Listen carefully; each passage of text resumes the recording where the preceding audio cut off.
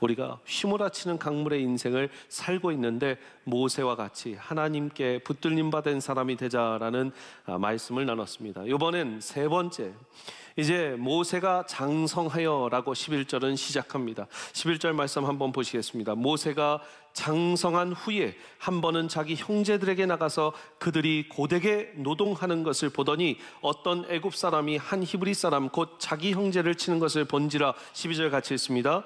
좌우를 살펴 사람이 없음을 보고 그 애굽 사람을 쳐 죽여 모래 속에 감추니라. 모세가 장성한 후에라는 것은 여러분 이 이후에 이제 사도행전의 7장 이 신약에 스데반 집사가 모세에 대해서 설명을 할 때 장성한 후에가 몇 살이라고 얘기를 하냐면 40세가 지난 후에라고 해요. 40세가 지난 후에. 여러분 장성하셨습니까? 우리가 40세와 50세 중간 40세를 부록의 나이라고 하죠.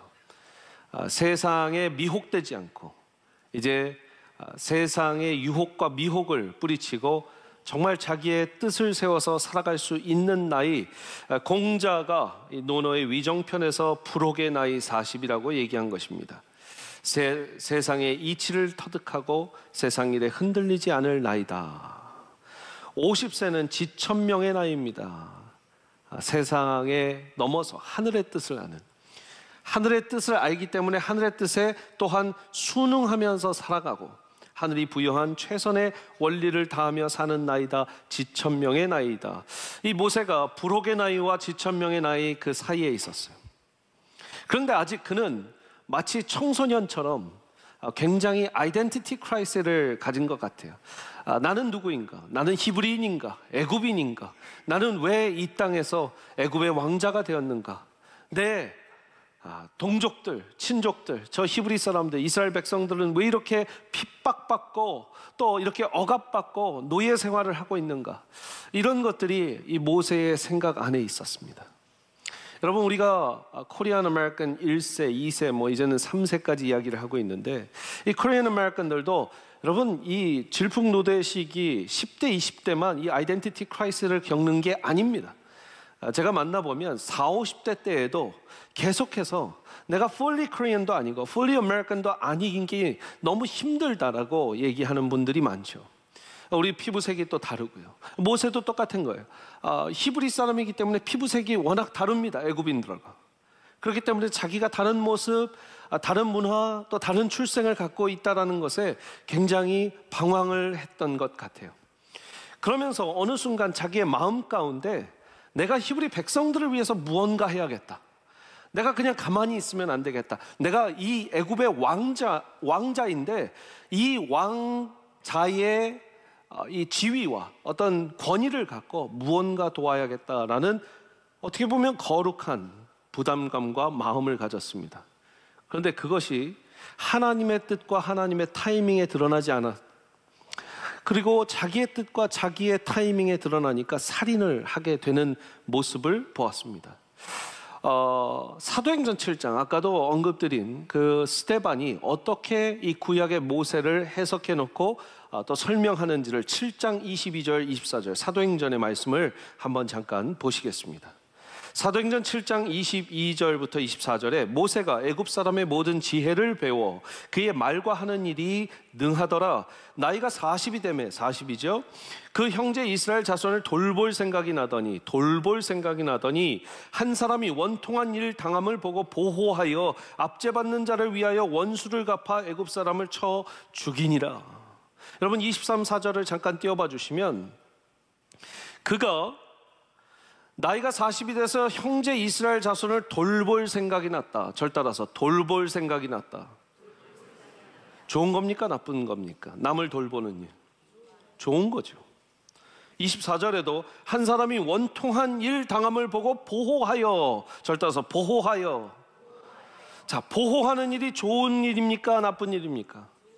자, 돌보고 보호하는 것 너무나 좋은 일입니다.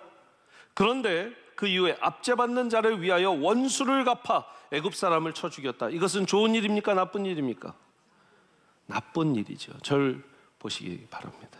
여러분, 아무리 의도와 취지가 하나님 나라를 위한 일이라 할지라도 우리의 삶에는 방식이 애굽의 방식일 때가 너무나 많아요. 우리의 삶 속의 의도는 하나님 나라 방식인데 방법이 애굽의 방식일 때가 너무나 많다라는 거예요. 동의하시면 아멘 하시기 바랍니다. 나는 좋은 취지로 했는데, 나는 좋은 의도를 갖고 했는데, 우리 교회는 좋은 의도를 갖고 했는데 방법과 방식이 자주종종 이 세상의 방식이 너무나 판을 치기에 우리는 애굽의 방식을 택할 때가 많아요. 모세도 마음은 좋았습니다. 의도는 좋았습니다. 보호하고 싶다. 저들을 돌보고 싶다. 이때부터 하나님이 이 마음을 귀하게 본 것 아닙니까? 그들을 부르짖는 그 이스라엘 백성들을 위해서 누구를 내가 보내야 할거, 누구를 리더로 세워야 할거, 모세를 점찍고 그 마음을 가득하게 봤는데 모세가 갑자기 살인자가 돼버려요. 그러면 하나님이 그거 갖다 못 쓰죠. 그러니까 하나님이 40년을 또 훈련시켜서 광야에서 양치기로 살아가게 하는 인생을 살게 됩니다. 애굽의 방식은 당한 대로 보복하고 생명을 빼앗는 방식입니다. 보십시오. 여러분, 이 사람이 40년이 되어서 다시 한번 사도행전 7장 22절의 말씀에 모세가 애굽 사람의 모든 지혜를 배워 그의 말과 하는 일이 능하더라. 그 애굽 사람의 모든 지혜와 그의 말과 하는 일이 능한 것을 인정받는 애굽의 방식에서 인정받았던 사람이 누구예요? 모세예요. 근데 그 방식대로 하면 내 백성이 당했어, 내 동족이 당했어, 내 형제가 당했어, 복수해야 돼, 쳐서 죽여야 돼. 이게 그가 배운 애굽의 지혜이고 애굽의 방식이고 애굽의 정말 능통했던 일이라고 칭찬받을 일이라는 거죠. 여러분 어떻습니까? 지금 세상을 바라보면 누군가를 짓밟고 올라가고 누군가의 영혼을 죽여서라도 내가 살고, 그게 우리가 혹시나 집에서 가르치는 것 아닙니까? 쉬운 예를 들어볼게요. 왜 맞고 왔어? 차라리 때리고 오지. 너무 찔려서 지금 못 웃는 거죠, 다들. 뭡니까? 네가 맞을 바에 때려라. 이게 죄송합니다, 애굽의 방식이죠. 예수님은 어떻게 하셨어요? 찔리면 찔림을 받았다라는 거죠. 못 박으면 못 박힘을 받은 거예요. 참 이 세상을 살아갈 때 우리가 고민해 봐야 되는 부분입니다. 15절 말씀도 보십시오. 15절 말씀이 딱 애굽의 방식을 잘 보여주고 있어요. 바로가 이 일을 듣고 모세를 죽이고자 하여 찾는지라. 여러분, 애굽 백성 한 명 죽였다고 애굽 왕자 바로 죽이려고 쫓아다니는 게 바로입니다. 이게 애굽의 방식이에요. 한 사람 죽였어? 이스라엘 백성인 네가 바로 죽여요. 죽이려고 쫓아다니는 걸 보니까 모세가 도망가잖아요. 또 참 오늘 중요한 말씀, 아까 같이 읽었던 본문 12절의 말씀인데요. 좌우를 살펴 사람이 없음을 보고 그 애굽 사람을 쳐 죽여서 모래 속에 감췄다. 여러분, 살인도 정말 위험한 일이고 잘못된 일이고 죄된 일인데 살인을 해서 시체를 유기까지 했어요. 어디에? 모래 속에. 참 어떻게 보면 모세가 어떻게 이런 일을 했을까 놀라운 일입니다. 근데요, 좌우를 살폈다라는 것이 우리 인간들의 죄성의 가장 근원적인, 어떻게 보면 원초적인 그 심리예요. 우리 인간의 죄성 가운데는 두 가지가 있습니다. 보는 것에 관해서. 첫 번째, 내가 죄 짓는 것을 남이 보는 걸 싫어해요. 내가 죄 짓는 걸 들키지 않길 원합니다. 두 번째, 남이 죄 짓는 건 보길 원합니다. 무슨 말인지 아시겠어요? 자, 남이 죄 짓는 건 보길 원하는 심리가 있고 내가 죄 짓는 건 보이지 않길 원하는 심리가 있죠. 참 남의 인생을, 사생활을 들여다보고 싶은 사람의 죄성이 있죠. 그것을 뭐 관음증이라고도 이제 이 병의 목록으로 얘기합니다. 근데요, 제가 요즘 놀라는 게 있어요. 여러분, 90년대의 몰래카메라 정도야 뭐 신호등을 안 지키고 이 차선, 이 정지선을 안 지키는 거 몰래카메라로 찍고 뭐 이런 것들은 그래요. 공공의 이익을 위해서 조금은 허락할 수 있으나 요새요, 죄송합니다. 그런 프로그램을 보시는 분들 정말 죄송합니다. 우리도 모르고 보는 것이기 때문에. 근데 한번 잘 생각해 보십시오. 이 관음적인 것들에 대해서 어느 사생활을 보고 싶다, 어느 사람의 사생활을 집에 들여다보고 보고 싶다, 옛날에 이 망원 안경을 갖고 막 이렇게 아파트를 보는 그런 사람들을 아주 우리가 불쾌하게 여겼죠. 근데 지금 안방 TV에서 다 그게 행해지고 있어요. 어떤 싱글족 한 연예인을 데려다가 아침 침대에서 일어나는 모습부터 씻는 모습까지 다 촬영을 하고요. 그 집에는 카메라가 수십 대가 이렇게 달려 있으면서 아침 해먹는 모습, 또 밥 먹고 어디 출근할 때 옷 갈아입는 모습, 뭐 이제 아주 프라이빗한 건 가리지만 그 모든 거의 촬영의 과정 가운데, 그래서 가서 운동하는 모습, 먹는 거, 먹방. 여러분, 먹방이 왜 사람들이 계속 보는지 아세요? 관음적인 그 마음이 있어요. 쩝쩝대면서 먹는 걸 그 앞에서, 여러분 식당에서 앞에 봐도 그렇게까지는 못 봐요. 근데 막 이렇게 대놓고 계속 먹는 거. 그러니까 그 먹방과 관음적인 그 요소들을 다 합쳐놓은 프로그램들 너무 많아요. 옛날에 90년대는 남자 넷, 여자 넷 이렇게 세워놓고 아, 저 남자 좋다, 저 여자 좋다 하면서 짝대기 긋고 뭐 사랑이 미로가 됐다 뭐 이런 정도는 이제 우리가 90년대 때 봤던 건데, 지금은요, 남자 넷, 여자 넷 같은 집에 들여다 놓고 살게 하고 그들도 그들이 못 보는 자기의 눈빛, 자기의 호감의 제스처, 그리고 더 잘 되게 되면 이렇게 애정 행가까지 하는 걸 어떻게 보냐면 다 지금 안방 마루에서 지금 다 보고 계시는 거예요. 그런 프로그램들을요, 우리가 자극하게 되는 거죠. 관음적인 거를. 그거 보고 보다 보면 여러분 한번 보세요. 이게 어떻게 될지, 사회가. 이제는 남의 걸 들춰보는 거, 남의 사생활을 들여다보는, 이게 죄라고 생각 안 합니다. 왜? 공영방송에서들 하고 있는데 그게 뭐가 죄예요? 우리의 죄성을 자극시키는 그런 오락 프로그램들, 연애 프로그램들이 많아요. 다시 한번 죄송합니다. 그 프로그램을 뭐 다 나쁘다는 건 아닙니다. 저도 이렇게 몇 차례 봤지만, 그러나 그런 프로그램을 기획하는 의도나 방송국의 그 국민들, 이 모든 사람들, 대중을 아는 그 심리는 정확한 거거든요. 사람의 그걸 자극하는 거죠.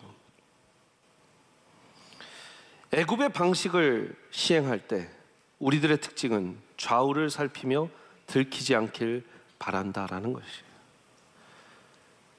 좌우를 살피며 보는지 안 보는지.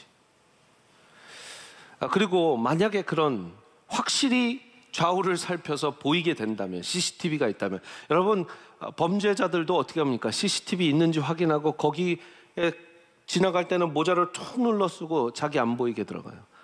자기 범죄 짓는다 하고 얼굴 비추고 범죄하는 사람 없어요. 그리고 어떻게 됩니까? 재판장님, 저 억울합니다, 제가 죄 짓지 않았습니다 하다가 딱 검사가 CCTV나 블랙박스 영상을 딱 틀면 어떻게 됩니까? 할 말이 없어지죠. 왜? 다 찍혔으니까.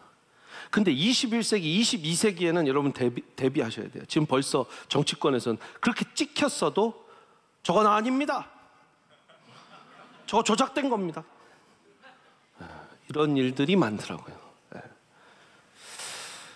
여러분, 우리가 좌우를 살펴면서 들키지 않는 모습 가운데 살아가고 있는데, 그래서 이런 말이 있죠. 우리의 진정한 영성은 혼자 있을 때 드러난다라는 거예요. 우리의 진정한 영성은 언제 있을 때 드러나요? 혼자 있을 때 드러나요. 혼자 있을 때 내가 뭘 하는지가 진짜 영성이에요. 혼자 있을 때 하나님이 기뻐하지 않는 영상을 본다든가, 하나님이 기뻐하지 않는 일을 한다든가, 하나님이 기뻐하지 않는 어떤 행위들을 한다라는 것. 또 여러분, 좋은 영성은 뭐예요? 혼자 있을 때 좋은 영성, 혼자 있을 때 골방에 가서 기도한다든지, 혼자 있을 때 정말 성경 말씀을 더 달게 읽는다든지, 혼자 있을 때 뭘 하는지가 정말 여러분들의 영성의 모든 것을 잣대 할 수 있는 것 아닙니까? 여러분 혼자 있을 때 어떻게 하십니까? 죄는요, 보니까 죄는 목적 없는 시간, 그냥 시간이 아니라 목적 없는 시간과 목적 없는 돈이 많아지면 지는 게 죄입니다. 반대하실 분 있으세요? 죄는 지켜보는 눈이 없을 때 또한 짓게 됩니다. 옛날에 우리 청교도들이 어떻게 그런 삶을 살았나? 청교도들은 우리랑 DNA부터 다른 인간이었나? 아니요, 똑같았습니다. 그런데요, 청교도들은 예를 들어서 우리가 지금 캐롤턴에 있는 교회잖아요, 달라스에 있는 교회잖아요. 그러면 캐롤턴 그 동네에 우리 침례교회니까 First Baptist Church of Carrollton, 이 제일 침례교회 이렇게 있어요. 그 다음에 그 성도가 많아지면 제2 침례교회 Second Baptist Church of 캐롤턴, 그리고 뭐 프레스비테리언이도 우리 장로교회도 First Presbyterian, Second Presbyterian, 그러니까 제1장로교회, 제2장로교회가 옛날 청교도 방식으로 이렇게 이름 짓는 거예요. 그러면 그 청교도들이 사는 동네에서는 어땠냐면 인구가 지금처럼 많이 있고 멀티에트닉, 멀티컬처럴이 아니었기 때문에 예를 들어서 제1침례교회, 제1장로교회 성도와 우리 장로님, 뭐 권사님이 이렇게 길 가신다. 어머, 그 권사님 꽃방 들어갔어. 그 권사님 책방 들어가더라. 다 알아요. 동네가 다 알아. 그 장로님 엊그저께 술집 들어가는데 그럼 동네가 다 알아요. 무슨 말인지 아세요? 그리고 어느 집이 그렇게 그냥 막 싸우던데 어젯밤에? 그럼 그 동네가 다 알아요. 그러니까 어떻게 보면 이게 accountability partner, 우리를 서로 지켜보고 있어줄 수 있는 그런 교우들, 파트너들 안에서 그것을 의식하면서 그래도 자제할 수 있었던 사회였던 거예요. 그러니까 어떻게 보면 한인 인구가 좀 우리가 밀집해서 있는 것도 영성엔 큰 도움이 되는 것 같아요. 여러분 다 이렇게 퍼져 있다 그러면 죄송합니다. 제가 봤을 땐 좀 걱정이 많아질 수 있는 사회가 될 수 있어요. 그게 지금 미국의 백인 사회들 보면 그렇지 않습니까? 우리가 서로 보면서 교우 안에서, 목장 안에서, 초원 안에서 서로를 accountability partner가 돼주고 도와주고 지켜주고 보호해주는 그런 아름다운 일들이 이 교회 가운데 있기를 간절히 축복합니다. 두 번째, 우리가 좌우를 살피는 것. 죄를 질 때도 좌우를. 지금 모세가요, 좌우 살피다가 아무도 안 지켜보니까 가서 사람을 칼로 찌겨 죽인 것도 아니에요. 쳐서 죽였대요. 너무나 난폭하죠. 너무나 잔인합니다. 사람을 쳐서 때려서 죽일 정도. 그리고 그것을 모래에 묻는데 그게 어떻게 얘기가 되냐면 성경에 애굽의 지혜를 다 받은 자요, 모든 일에 능통한 자라고 했어요. 여러분, 좌우를 살피는 게 죄질 때도 그러지만 우리의 인생 가운데 좌우를 살피는 일이 너무나 많습니다. 한번 보실까요? 왼쪽에, 오른쪽에, 또 우리 왼쪽 집, 오른쪽 집에 누구 엄마가 무슨 백을 샀다더라 그러면 여보 나도 그거 갖고 싶어. 내 친구 집에 TV가 새로 들어왔는데 그건 뭐 OLED, QLED 뭐 이런 건데 막 진짜 같아. 여보, TV를 갖고 싶어. 옆에 사람 가진 거 갖고 싶고, 옆에 사람이 어디 여행 갔다 왔다고. 그러면 우리도 좀 여행 좀 가자. 지금 너무 찔려서 지금 아무 반응을 못 하시는 거예요? 네. 우리 아이들, 어머, 그 집에는 뭐 시킨대 무슨 과외도 시키고 뭐도 하고. 이게 좀 미국은 덜하지만 한국은요, 그러고 있으면 그냥 엄마 아빠가 나만 안 시키고 있는 것 같아서. 여러분, 제가 미국에서 그래도 공부할 만큼 했습니다. 제가 이렇게 동부의 아이빌리그까지 갔다 온 사람이에요. 근데 제가 전에 살던 페어팩스 카운티, 버지니아에, 이거는 스카이캐슬에서도 나온 그 동네예요. 페어팩스 카운티에 그 과외 선생님이 거기 페어팩스 카운티 출신이라고 이렇게 소개하잖아요. 그 페어팩스 카운티에 제가 살다 보니 저랑 아내가 미국에서 대학 나오고 대학원 나오고 다 한 사람들이 우리도 저거 시켜야 되는 거 아니야? 왜? 저는 그런 거 신경을 안 썼거든요. 다 나중에 공부할 거 해. 근데 여러분, 초등학교 1학년, 막 유치원 2학년부터요, 그때 무슨 영재반을 못 들어가면 평생 못 들어간다고. 그러니까 막 그 문제집 좀 구해봐 여보. 막 이러고 앉아있는 저를 발견한 게 한심한 거죠. 이게요, 전문 용어로, 요즘 현대 용어로요, FOMO 효과라고 합니다. FOMO 효과. 좀 이상하게 들리실지 모르겠지만 FOMO, Fear of Missing Out. 그러니까 F의 단어는 fear, 두려움이죠. of, 그 다음에 missing out, 내가 나만 빠지고 나만 못하고 있는 것 같아서 두려움이 생기는 거, FOMO 현상이라고 얘기를 합니다. 이 FOMO는 여러 SNS를 쓰는 종족들에게 나와요. 뭐냐면 끊임없이 불안해서 뉴스 피드를 돌려보고 페이스북 피드를 올려보고 인스타그램을 계속 이렇게 쑥 내려갔다가 딱 놓으면 어떻게 돼요? 새로 고치면 되잖아요. 계속 보는 거예요. 내가 혹시 빼먹는 거 없나? 빠진 거 없나? 친구들끼리 모였어. 그러면 나 혹시 빼놓고 모인 거 아니야? 하면서 계속 그 친구들 거 바라보고 나만 빼놓고 여기 좋은 레스토랑 간 거 아니야? 막 그리고 그 친구들 거 바라보고 나만 빼놓고 이 콘서트 간 거 아니야? 그러면서 그 콘서트, 한국은요 요즘 공연이나 콘서트도 누구 갔다 왔다더라, 누가 이런 거 올렸다더라 해시태그 달려서 하면 너도 나도 가요. 왜? 그게 이 시대를 대표하는 공연이고 이 시대를 대표하는 쿨한 사람들이 가는 콘서트다. 다 갑니다. 포모 현상 때문에 그래요. 또 하나, 조금 그래도 나이가 들면 어떤 포모 현상이 있는가? 너도 나도 그 주식을 샀다는데 나만 안 샀어. 너도 나도 코인 하고 있는데 코인? 뭐 이거 코인? 이러는데 아니 그 코인 말고 막 하는데도 코인이 뭔지도 모르는데 그래 내가 그럼 몇 천만 원 넣을게, 한번 해보자.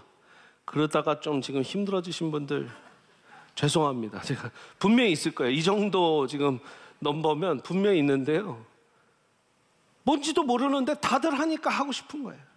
그 기업의 가치도 전혀 내가 평가해보거나 공부해보지 않았는데 다들 사서 수익을 얻었다니까 그 주식하고 싶은 거예요. 그게 포모 현상의 이제 극치죠. 오늘 제목이 나침판을 가리키지 않는 방향입니다. 자, 나침판은요 동서남북을 가리키죠. 우리는 동서남북 보고 살아요.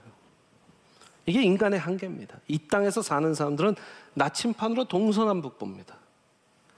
근데 여기에 가리키지 않는 하나의 방향이 있으니 그 방향은 뭡니까? 위와 아래 방향은 나침판이 보여줄 수가 없어요.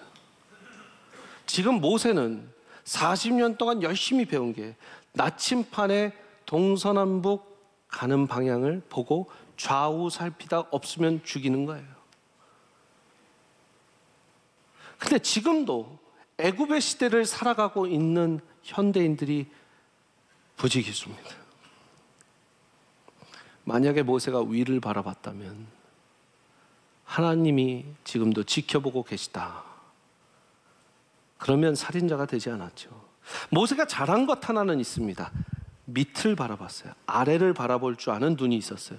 그 어려운, 그 고난받는, 그 중노동해서 노동을 착취당하는 자기의 민족들, 어려운 이웃을 바라볼 수 있는 눈은 있었어요. 아래를 바라볼 수 있었죠. 그러나 위를 바라볼 수 없었기 때문에 그의 인생은 하나님이 다스리면 안 되는 40년의 광야 생활을 시작을 하게 됩니다. 그래서 저는 이렇게 적어봤습니다. 모세는 약자의 편에는 섰지만 하나님의 편에는 서지 못했다. 아래를 바라보는 수많은, 여러분, 소셜 저스티스, 사회 정의를 외치는 교회와 기관들이 있습니다. 그 사람들이 아래를 바라보면서 정말 긍휼한 마음으로 도와주는 거 이해할 수 있어요. 그러나 위를 바라보지 않는, 하나님이 드러나지 않는 사회 정의는 폭력이 될 수도 있다는 거예요. 여러분, 불교도 이슬람도 좋은 일 할 수 있습니다. 사회에서. 맞습니까? 종교가 없어도 좋은 일 할 수 있어요. 사회 정의는 불교도 할 수 있고 이슬람도 할 수 있습니다. 그러나 거기에 하나님의 영광이 드러나게 하는 건 크리스천들만 할 수 있는 거예요. 왜? 위를 바라보고 사는 사람이 아래를 바라볼 때에 일어나는 일이니까요. 인생을 건너는 6가지 방법이라는 책으로 먼저 소개가 되었다가 이게 베스트셀러가 되면서 사막을 건너는 6가지 방법으로 이 책이 출판된 책이 있습니다. 스티브 도나휴, 이 사람의 책인데요. 여기에 보면 6가지 방법을 그냥 책 제목만 여러분들께 알려드립니다. 지도를 따라가지 말고 나침판을 따라가라 라는 말이 있어요. 그러니까 방향이 중요하다는 거죠. 방향이. 왜냐하면 사막에서는, 그 광야에서는 방향 끝을 보고 가야, 여러분 굽이굽이 친 게 지도를 보지 말고 방향을 보라는 거예요. 그래서 오아시스를 만날 때는 쉬어가라. 쉼도 있어야 된다는 거죠. 모래에 갇히면 타이어에서 바람을 빼라. 너무 힘줘서 다니면 이게 모래를, 수렁을 헤어나올 수 없게 되니까 그럴 때는 지혜롭게 바람을 빼서 나와야 된다. 우리 힘 좀 빼라 이거예요. 네. 그렇게 수렁에 갇힐 때, 모래 사장에 갇힐 때는 혼자서 여행하고 또 함께 여행하기가 중요하다. 캠프파이어에서 한 걸음 멀어지라. 너무 이렇게 군중 속에서 있지 말고 한 걸음 또 멀어질 수 있는. 허상의 국경에서 멈추지 마라. 그러니까 어떤 리밋을 정해놓고 여기까지다라고 하지 말고 그걸 뛰어넘어 보라라는 좋은 말들이 있습니다. 근데요, 첫 번째가 뭡니까? 나침판을 따라가라. 자, 크리스천들이 사막을 건너고 광야를 건너는 방법은요, 나침판에 다 나와 있지 않아요. 나침판 동서남북에 나와 있지 않는 위를 보고 아래를 볼 때만 크리스천은 사막을, 광야를 건너갈 수 있습니다. 모세가 이제 오늘 말씀 이후로 다음 주부터 전해질 말씀에서는 뭘 하냐면 이 사막에서, 광야에서 하나님을 바라보며 훈련받는 과정을 겪습니다. 우리 모두가 그것이 필요한 거죠. 왜? 애굽의 방식은 동서남북만 가르쳐 주니까, 좌우만 보게 하니까. 오늘 말씀 들으시면서 내가 너무 왼쪽 오른쪽 앞뒤만 보고 살지 않았는가, 위를 바라보면서 사시는 저와 여러분들 되시기를 축복합니다. 기도하시겠습니다.